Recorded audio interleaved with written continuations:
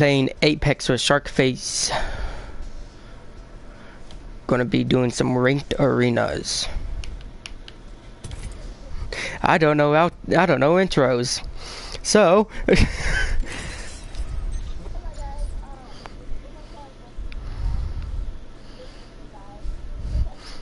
you mean the one dude that literally did your freaking intro for you? Because someone had to go take a piss. You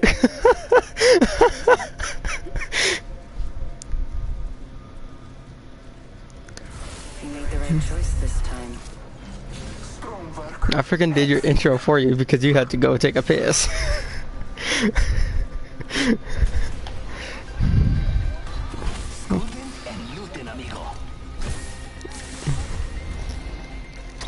But remember my last video? Fortnite with Glizzy Gobbler?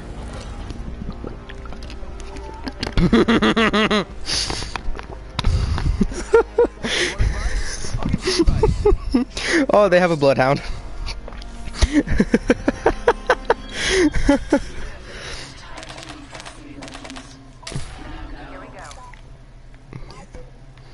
Yeah, I know Cameron did.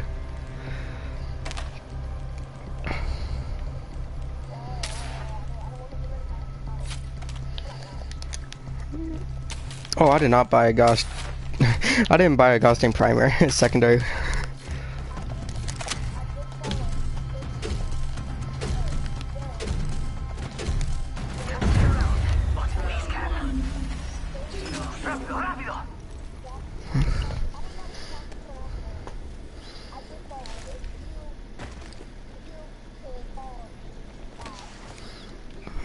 Watch out, because some of those could be scams and because they just want followers.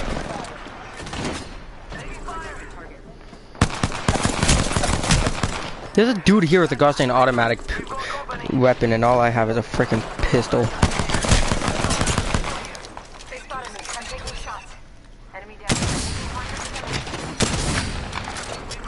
Damn, he ain't even here. Our teammate just got annihilated. There ain't really anything I could do. I need to heal up.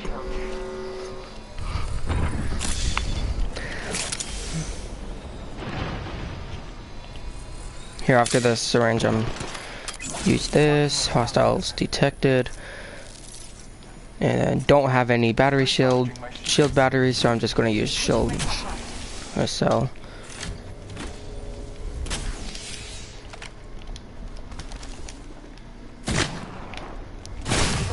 Ow. Yep. Ow. Fuck. I have no more heals at all. I just got hit in the head. What the heck?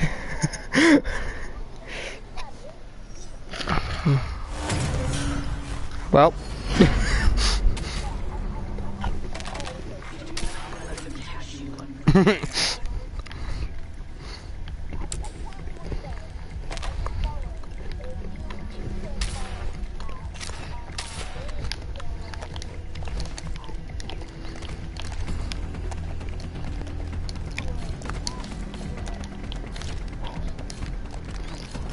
But I was about to say, I got scammed once because he wanted to use. This one goes, it's my best friend's birthday and I want you to use his supporter code in Fortnite, the Fortnite Atom Shop. There's an Octane. Yeah, me neither. Ow! Holy macaroni. Yoink, 2 hostiles. There's an Octane in here.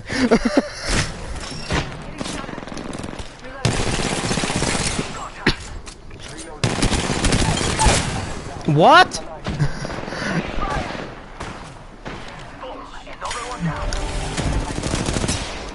Hey, can I take that for next round?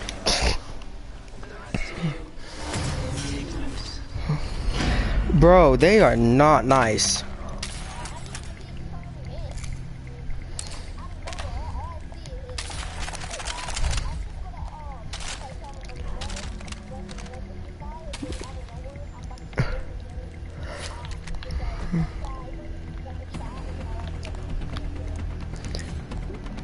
I was about to say, like I said, I did your whole freaking intro for you. I did your whole freaking intro for you, so trash. I like how this dude says trash, even though everyone just won once. Like, what the heck is going on?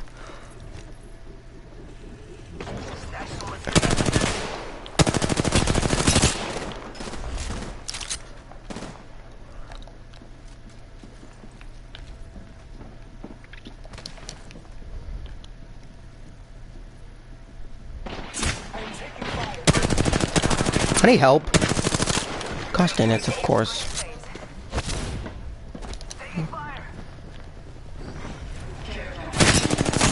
I found the octane! I found the octane! Bro, I found the octane.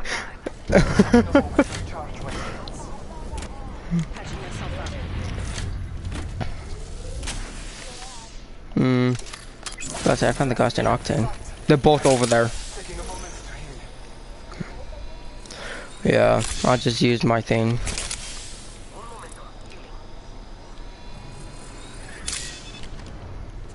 Someone's out there. They're far.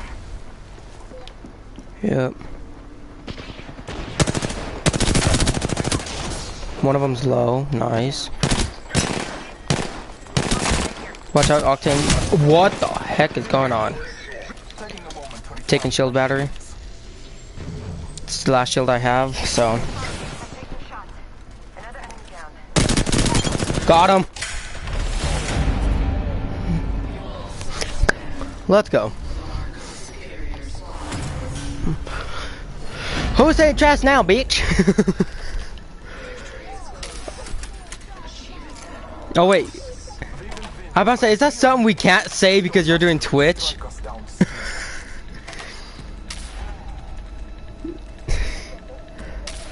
You can't cuss in Twitch.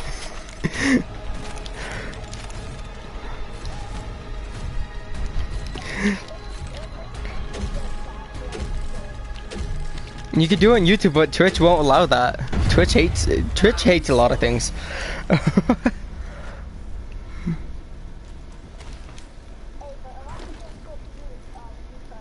Yeah. I just found the Octane. He ran right in front of me. Now I'm scared.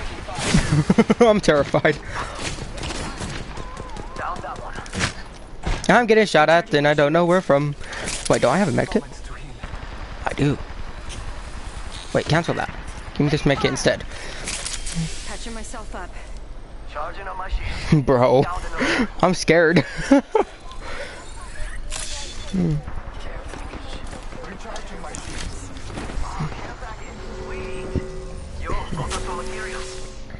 Charging on my shields.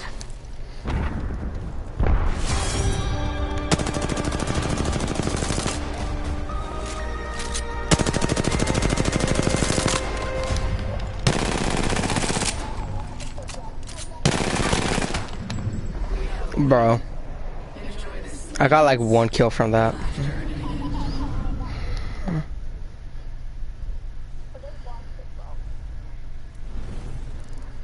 Champions.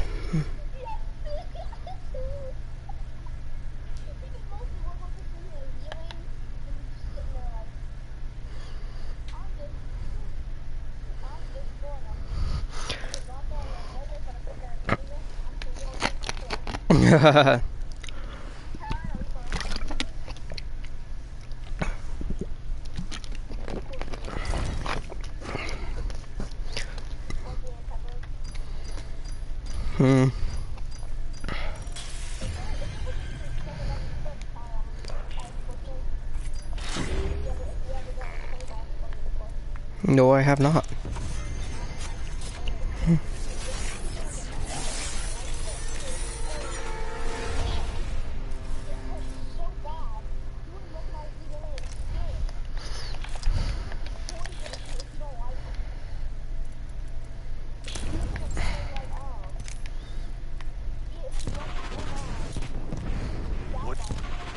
What can I say?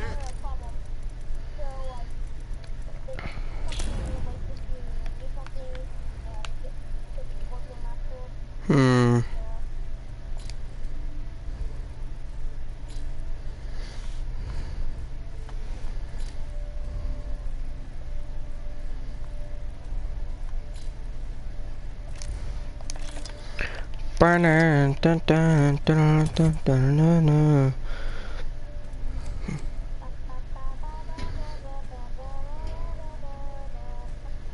I'm pretty sure this is the first time doing Apex on my channel. Yeah, I'm pretty sure.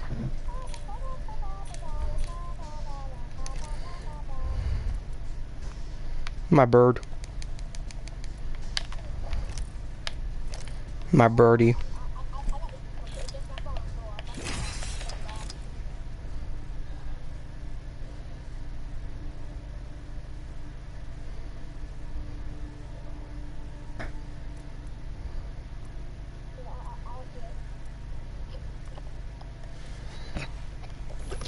This video is sponsored by absolutely nothing. Because we don't got enough views to be sponsored. Made the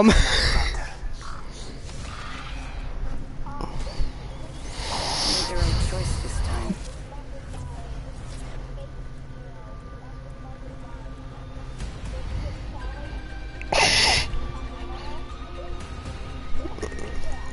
Better to die fighting than to live with fear.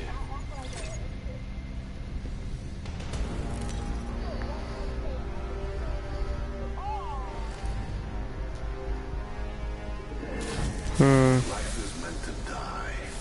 Accept your fates.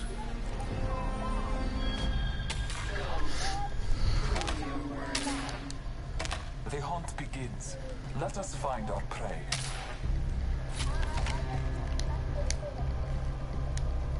I don't even know what's going on. I'm still confused. Leaving my mark on this world. Hey, that's the map we just did.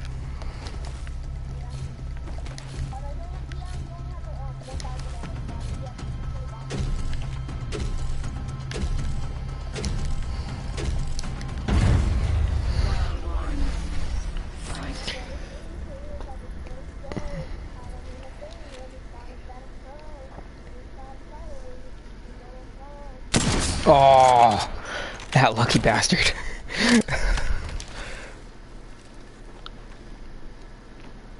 Yeah, going from here.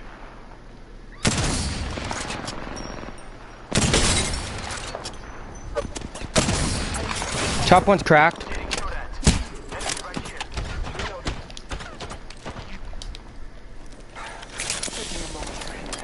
All fighting begins.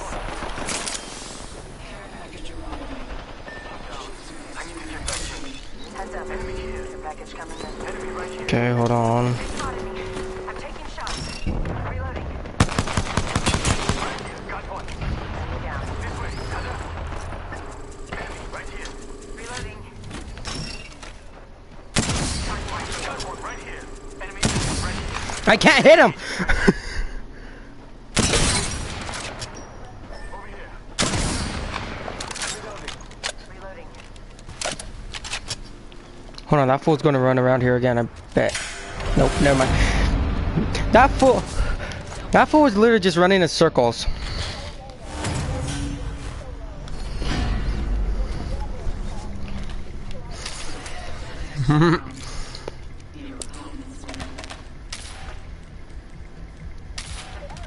Leaving my mark on this world.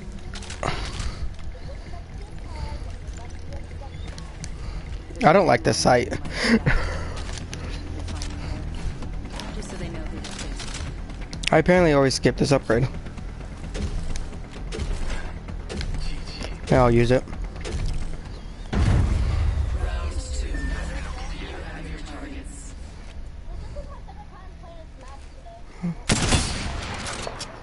I should... Bro, I actually hit one. These kids literally have no idea where I'm sniping them from. Be careful, Shark. Yeah, enemy spotted. Who? Oh! Flip, yep! He definitely is. God damn it. He just left. He just left me.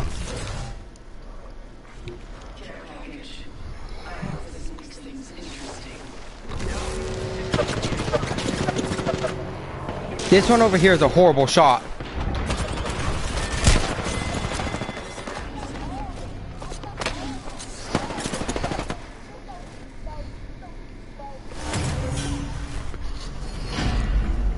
I hope this lasts forever.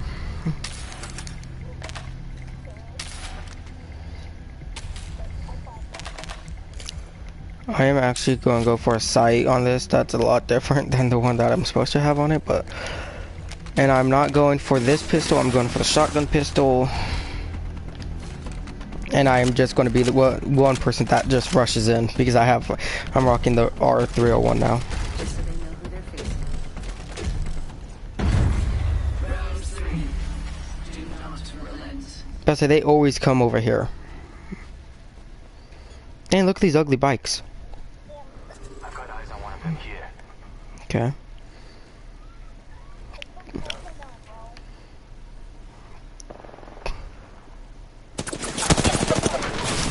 I need help. Recharging my shields. Reloading.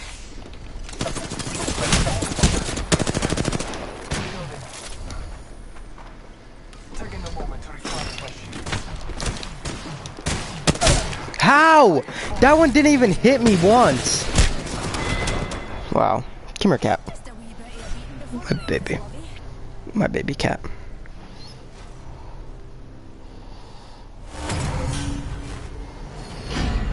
Dang. This is gonna last forever. They are close to victory. All Father. Hmm? Jesus. I don't care.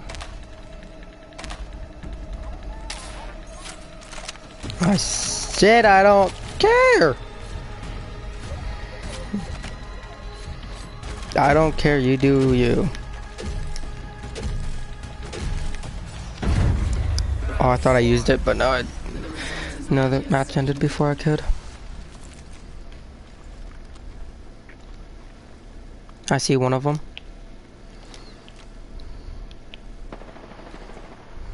I got an enemy right here.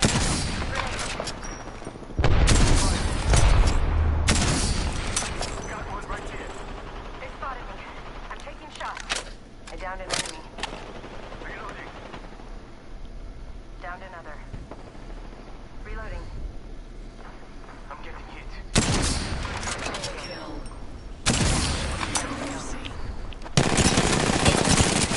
How? The package coming in. Reloading. Reloading. How am I cracked way before she is?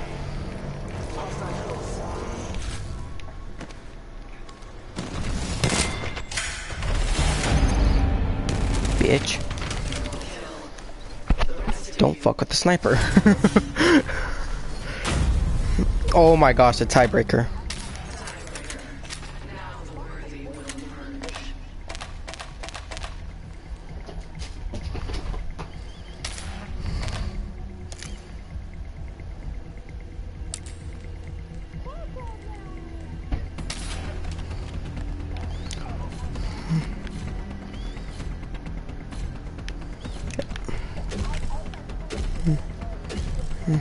Mm-hmm. Round 5.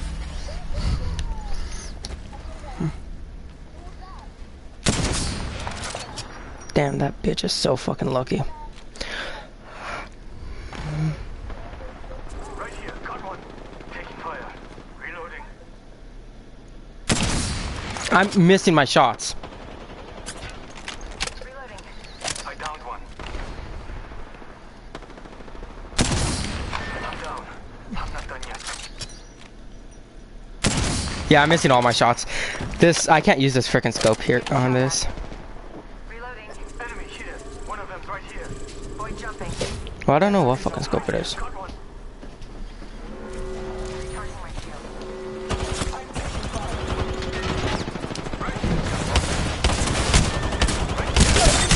He freaking lasers.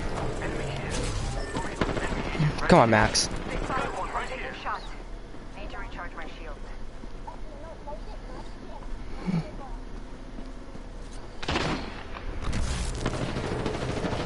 No, that's when we did lose. In time, the strong will filter out the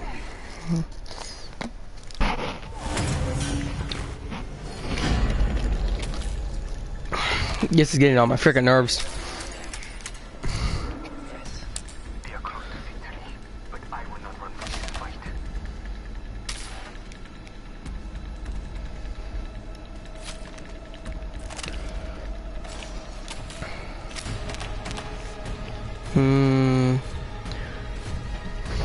And then we're going with the wingman.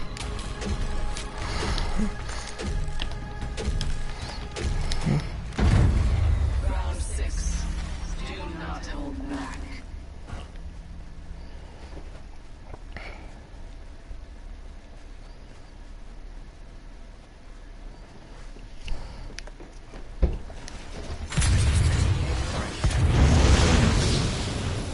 Yeah, I'm fucked. Doesn't help when all they do is spray.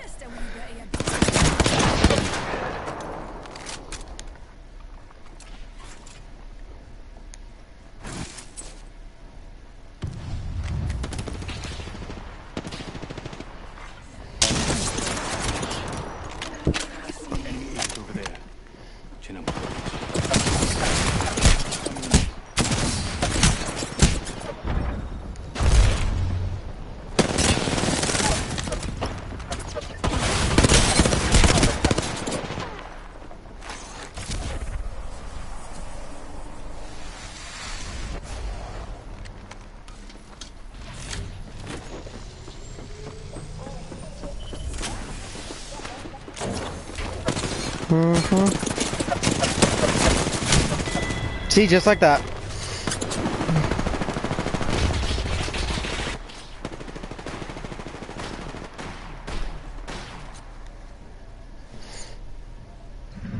Inspired. You stand to rise above the rest.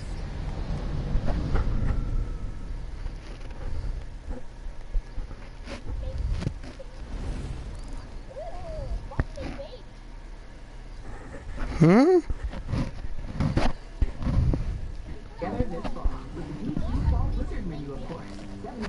Dang. Welcome back, everyone. Today we are going to take a look at 2010 American horror film called The Final. The movie begins as a girl in a hood enters a diner. She goes to the counter and orders a meal. The waitress notes her order, but then when she looks at her face, her expression changes. She catches herself staring a moment later and shifts her gaze. The girl pulls her hand out of her pocket to put the money on the counter, which reveals that she's missing 2 fingers. After that, she goes to sit at a table, but all heads seem to be turning as they notice her face. Unable to take it, she flips the table over in frustration and yells at them, telling them to stop staring, and runs out.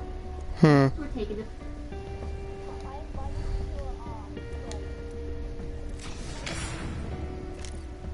to... There.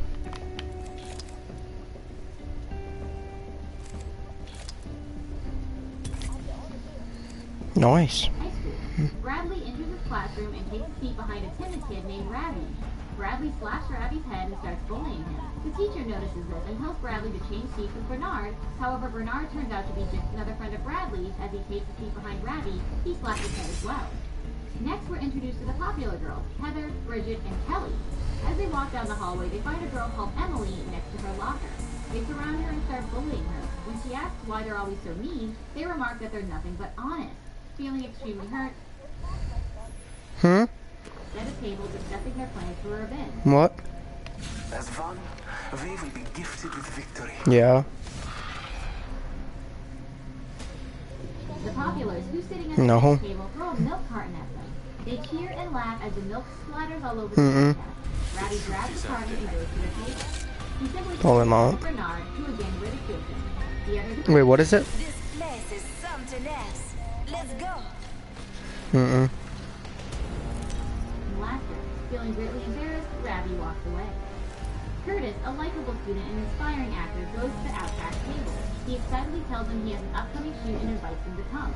The Outcasts congratulate him and seem happy for him. Curtis then asks Ravi if he can bring his camera and do a behind-the-scenes shot for him, which Ravi gladly agrees to do. As he walks away, the Outcasts collectively decide that Curtis isn't one of the bad ones and he must not be part of the revenge. As Heather is getting ready in her room, her friends learn through a text message on her phone that she's hooking up with Tommy, a guy who's in a relationship with another classmate called Nadia. When they ask Heather about it, she tells them to strictly keep it a secret. They cheer her on and laugh about it. While he's at the shoot with Curtis, Ravi heads out and changes camera lens. Bradley and Bernard are seen there and start bullying him. Bernard holds him back as Bradley takes the camera and breaks it. Dane comes out a moment later and sees it trashed. In disbelief, he asks if they trashed it. Bradley tells him they did and grabs him intimidatingly, asking what he's going to do about it. He then tells them he does this to them since he knows they can't stop him. The bullies laugh and joke as they head out. Dane hits Ravi on the shoulder and tells him that they're trying to come. Ow! They at school, Ravi apologizes to Curtis for not being I need help. One of them is being a sniper. It wasn't his fault, and then goes to Bradley, confronting him and telling him to leave Ravi alone. Yeah, there's no way, especially when all 4 of them's coming after me. However, he decides against it and tells himself he'll not be afraid. Ravi sits at the table with his silence and lack of comfort and compassion cutting into him. Dang, who the heck is Lifeline? Never mind, I'm dead again. What's up, person who's watching me? Never mind. People are being assholes. Discussing their troubling lives and their family problems. They express their happiness as they remark that all their problems will end soon. Next, we're taken to Dane's house in the woods where the outcasts have arranged a costume party for the bullies. The outcasts stand in a circle holding hands. When nothing happens, they put on their masks and head out to the main room. Students start slowly pouring in, and the whole place becomes lively, with an excited screaming. They notice Curtis has also come to the party. Ravi tells them he'll go talk to him, but Dane refuses to let him. He says if he came, he shall stay. He then declares it's time and tells the boys no one must leave. They then lace the punch bowl with a drug meant to induce drowsiness. As the partying people drink it up, they slowly start falling asleep one by one. The outcasts get out of their costume and get into different menacing ones. The car keys of the students are collected and put away. They go outside where all the sleeping students have laid down on the ground. Dane uses a high-pitched frequency note to wake them up. The bullies thus wake up, find themselves in the street. They start taking in the surroundings in confusion, wondering what's happening to them. Using a voice manipulator, the masked Dane declares their intention to make them suffer a fate worse than death, as revenge for the years they have suffered from bullying. A student called Miles makes a witty remark, making the others laugh. At a response, he is shot by the outcast with a cattle gun, in the knee and in the face. The laughter immediately dies down, and fear and desperation take its place on the student's face. As the terrified students start crying, Dane calmly says they must understand the seriousness of the situation now. He then asks if anyone wants to leave. Tommy raises his hand and asks to take his girlfriend, Nadia, with him. Dane says he'll go alone and has his chains removed. Tommy is led to the door and told that he's free to leave. He tells Nadia he loves her and promises to bring back her when she gets out. Once he's left, Dane tells his girlfriend Nadia that she must believe her boyfriend loves her immensely. He then tells her that that's not the case as he reveals that he has been cheating on her with Heather. Heather looks back at Nadia and not saying a word, thus confirming it. As Tommy is running through the woods to get to safety, the outcast gives chase. Tommy catches his foot in a bear trap and collapses. This severely injured Tommy is then brought back by the outcast and placed in a room next to Miles on the floor. Ravi starts falling and they are all go to hell.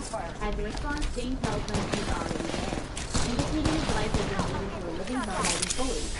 Dane then tells Jack to play his banjo for the bullies as a treat. Ravi takes the viol in hand and approaches Bernard. Bernard starts cursing and swearing at him in frustration, earning him a knife in his shoulder. As Bernard screams in agony, Ravi closes the liquid in his mouth. As a result, Bernard cannot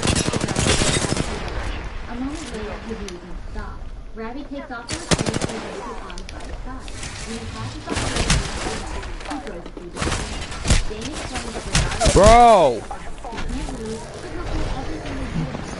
Emily then approaches Bernard with needles and straddles him. She shows him the pen to everyone before pushing it into Bernard's flesh. He continues this for a while, pushing one needle at a time, his body convulsing with each pass. At the end, he pushes a whole bunch into his chest. The Dane gets up and takes the valve and starts to leave.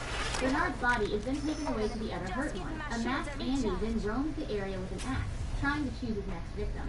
Curtis manages to free himself onto the stones and leaves Dane tries to shoot him, but Ravi catches him to the ground. Dane overpowers Ravi and pulls off his mask. Ravi thinks that Curtis never hurt him and instead he stood up for them, so Dane tells him he has betrayed the group and then drives a knife into his chest, killing him instantly. The other outcast gets shocked upon witnessing this. Emily rushes to Ravi's side and condemns Dane. Dane simply declares that none of them are free of the consequences of their actions. Curtis rushes outside and finds a deputy in the woods. He asks him for help, however the deputy is shortly killed by one of the outcasts. Curtis takes the deputy's gun and runs away. Andy and Jack, who are now chasing Curtis, approach the deputy on their vehicle. Back in the house, Emily is sitting beside Ravi's body, laying on bed. As Jack comes inside, Emily says Dane did not have the right to do this, but Jack says they have to finish what they started. Heather is now gagged and restrained to a chair at the front. Emily smears a corrosive compound on her face as Dane explains how it will slowly, painfully eat at her flesh.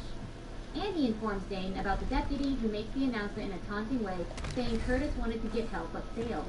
Bradley calls Dane a coward and tells him to next. Dane approaches him and tells him that it's actually a representation of what he made them into, a monster.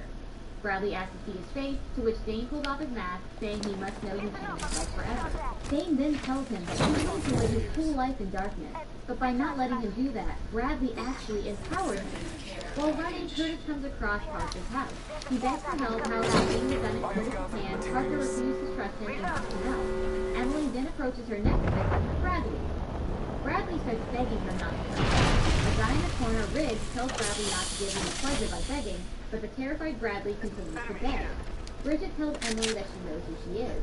Emily pulls off her mask, and the other outcasts follow her, pulling off their masks as well. Bridget apologizes to Emily for the way that she mistreated her. As a result, Emily tells her that she'll spare her if she cuts off her fingers. I've got to have a sniper.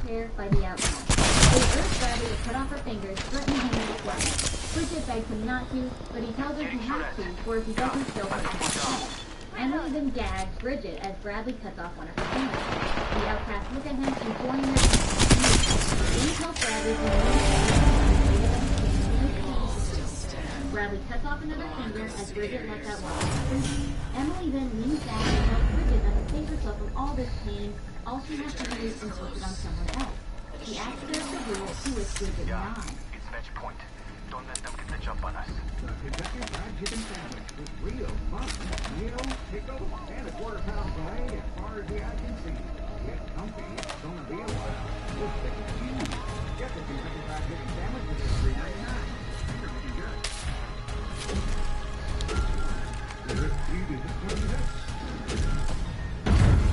Round 4. You're fighting smart. After a little bit more discussion with Curtis, Parker decides to leave him restrained in the house and go investigate Dane's house himself. Bridget now sits beside Bradley, who's restrained to the chair. When she hesitates to cut his fingers, Dane tells Emily to give her a bit of inspiration. Emily approaches Bridget with the corrosive compound and smears it over half her face, saying if she cuts Bradley's fingers off, she'll remove the compound before it starts to eat away at her face. Bridget puts the cutter to Bernard's finger, but then drops it, saying she doesn't know. Emily tells her she'll now have to suffer for her decision as the compound slowly starts burning her skin. Parker roams the wood near Dane's house and looks at suspicious activity when he suddenly falls into a trap. Oh my god.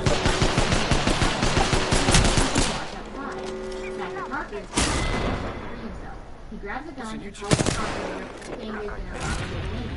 He then rushes out to Dane himself. We're then taken back to the woods, where Parker has somehow managed to kill the outcast and she's been pulled away to be killed by the other victims. Dane then approaches Bradley on the chair and tells him that they couldn't think of a punishment that fits his crimes. No matter what he thought of, he wouldn't be satisfied, but he had finally found a suitable punishment.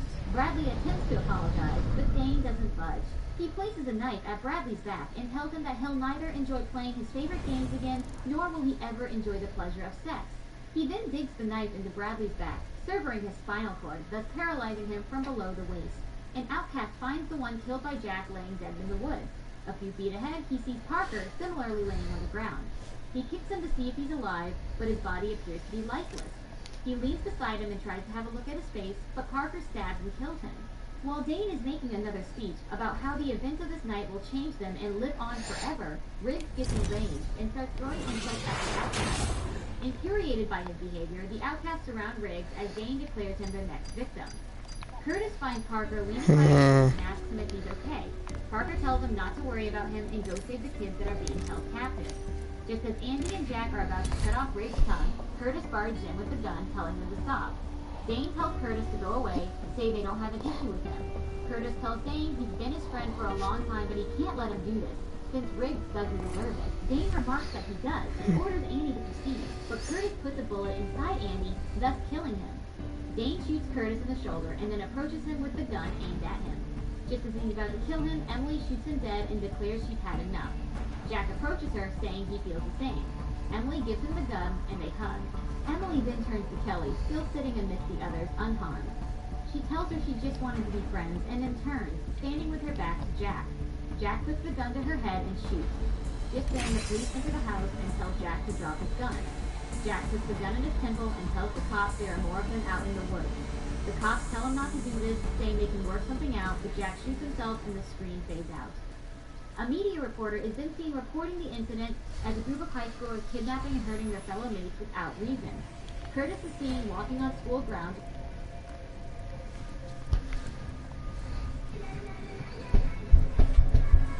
Repulsors, check.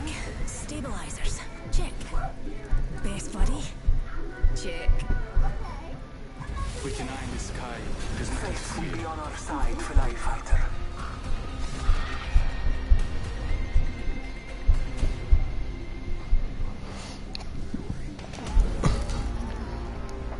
Today we're taking a look at 2011 horror film, The Human Centipede 3. You know what I The look film like? begins by showing the ending scenes of The Human Centipede 2.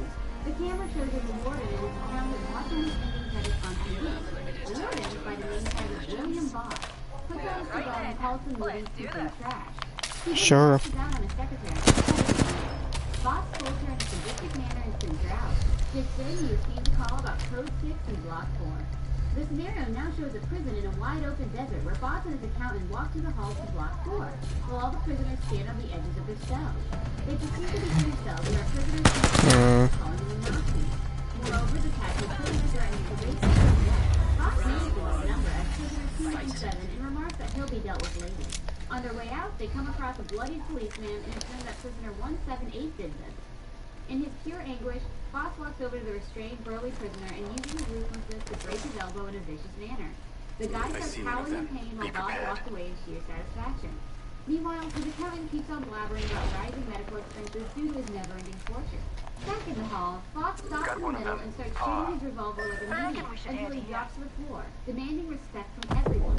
Meanwhile, the prisoners all around him mock him and his methods.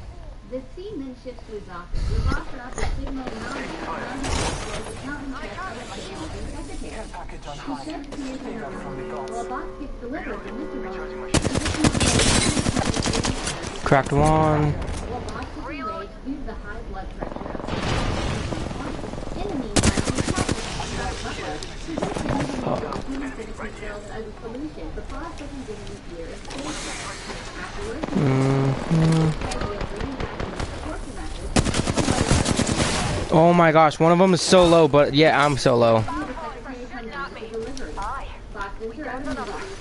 Hold still. Never mind.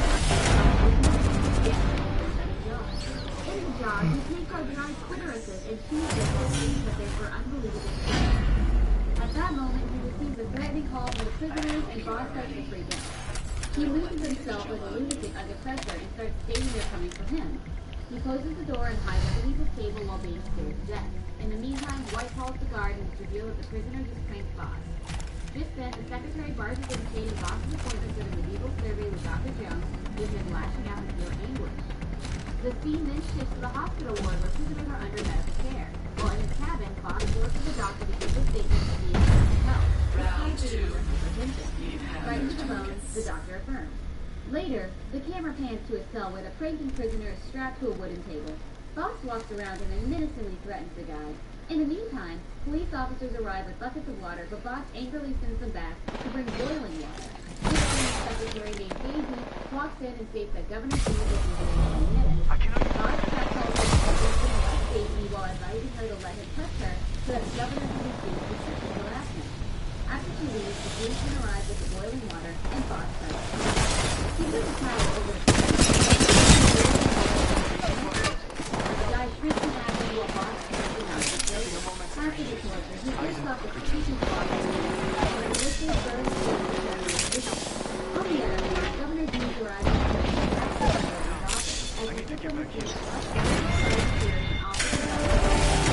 God damn, that scared me. Boss taunts him, but the governor simply smiles in return and blames him for Bro, this gun is overpowered. furthermore, he demands a valuable change, otherwise I am using the VK-47 flatline.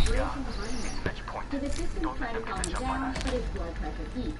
Under the frustration, he admonishingly offers to Yeah, ghosting really good. to take them all outside and Are you watching my video in the background? Once Now, Boss emerges over the guard tower with a loudspeaker, but the prisoners start clamoring. As Boss announces a horrifying action. You fuck. I can hear myself in the background, that's why. As he gets taken to a special setting, Boss forces a knife to make it red hot. He hysterically approaches the prisoner, who seems unfazed. Boss starts laughing maniacally, and the prisoner is planted across the wall. As the policemen hold him from struggling, Boss mercilessly slashes his ball sack and cuts out the testicles, which makes the prisoner go limp under the excruciating pain. The freak then fondles them in his hands like a happy child and hands them over to Dwight to get them roasted for his lunch. Afterwards, the sadistic warden covers his face with the prisoner's blood and cherishes the moment. Later, he pleasures himself with Daisy between his legs. I'm totally not on the right side of the gosh dang map. He refuses, but Boss reminds her of the favor he gave her father by returning to the prison. With that, he follows the guilty order and takes her life out of his life. Afterwards, Boss leaves and introduces the policeman and throws the balls to Boss's vein. John savors the food with extreme delight, while Dwight almost gives up. In the meantime, Boss locates the human on his desk and lashes out on Dwight once again. Suddenly, he receives a call that prisoner 297 is probation. Boss happily rushes to the center ward where he taunts the burned prisoner, refusing to break prisoner 178. Afterwards, he arranges for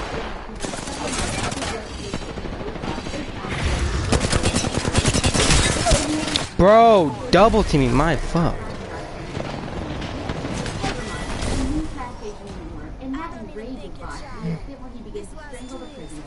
Ultimately, the guy gives up on his breath and the boss resuscitates him.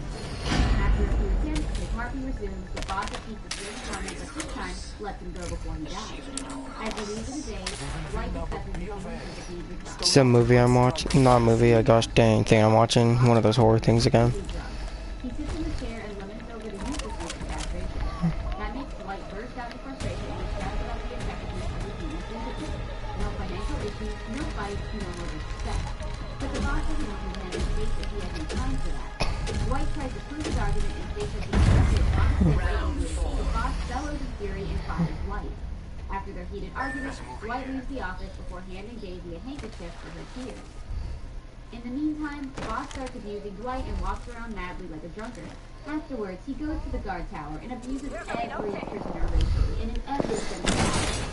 Later, he walks to the cafeteria and finishes his whiskey bottle. Suddenly, out of nowhere, prisoners start surrounding him. As the inmates approach him threateningly, he whines for mercy by stating his medical illness. Unfortunately, no one listens to him, and prisoner 297 stabs a blade in his kidney until Boss starts bleeding out. Afterwards, he proceeds to penetrate and rape him monstrously while the rest chant death rate.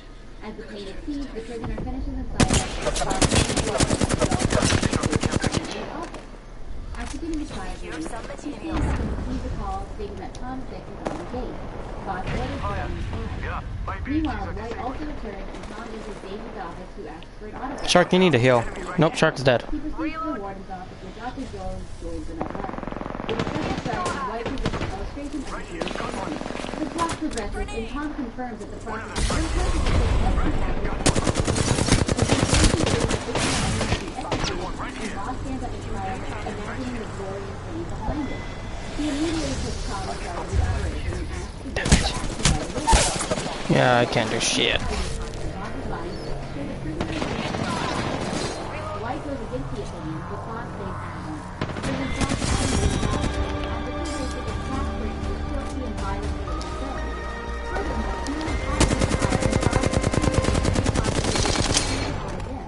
That enrages the prisoners. Prisoners get out of control and wreak havoc on the citizens. Boss and Dwight What are we doing? What are we gonna do? One of them charges at Daisy and hurts her brutally. Meanwhile, the others start breaking Boss's door. Due to the sheer fright and terror, Boss escapes out the window and drops dozens of feet down on the ground, while Dwight calls for special forces. In the meantime, the prisoners manage to break the door down. You only have one, I don't want to hear it. Just in the nick of time, and Dwight is saved. Later, he proceeds to look for Boss, who's huddled behind a tree with injured legs. Dwight states that Daisy is badly injured, but Boss takes no notice and shouts at him to bring the medics for himself.